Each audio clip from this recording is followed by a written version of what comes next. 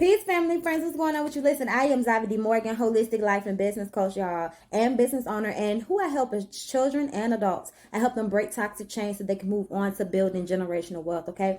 And so this morning on this Keep It Real Tuesday, I wanted to bring you a Bible verse, okay? So the verse of the day comes from 2 Corinthians 7, verse 1, and it reads, "Therefore, since we have these promises, dear friends, let us purify ourselves from everything that contaminates the body and spirit, perfecting holiness out of reverence for God." Okay, so let me tell you, I'm gonna break that down for you. Okay, no, this not Bible study in the hood. It's Keeping It Real Tuesday, so I'm gonna keep it real because a lot of people blame their problems on God, right? When they don't see a resolution happen in the way that they believe that it should happen based on what they think is good enough to make manifest a new resolution, okay?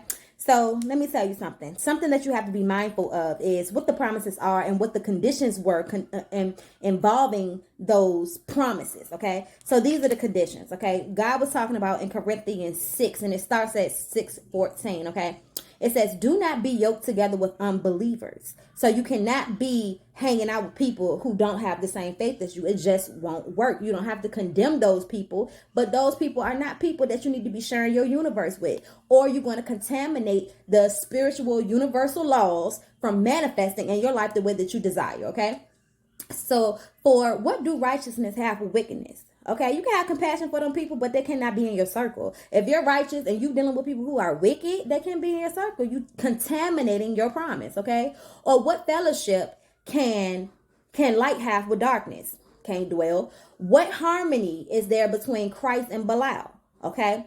Or what does a believer have in common with the unbeliever? Come on. What agreement is there between the temple of God and idols? Okay? For we are the temples of the living God, as God has said, "I will live with them and walk." This is the promise. "I will live with them and walk with them, and I will be their God, and they will be my people." Living with them means that I will dwell in your vessel. Do you understand me? You will be able to activate the God inside of you. You have a higher spirit. Some people call themselves the true and living God. In order to be a true and living God, you have to be truly living as a God. Come on now. "And I will be their God, and they will be my people." Okay?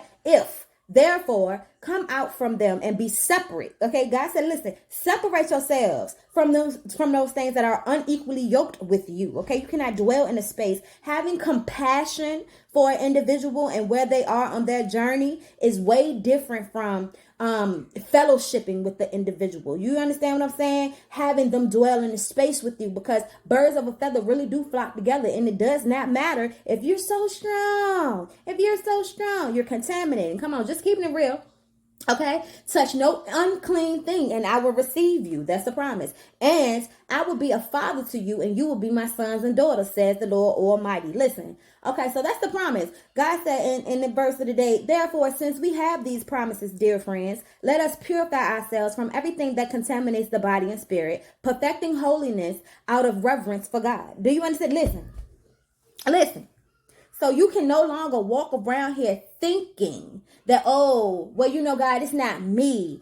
I'm doing what I'm supposed to be doing. I mean, so what? I kick it and I vibe with people who don't do what they're supposed to be doing, Lord. I don't have nothing to do with that. You do.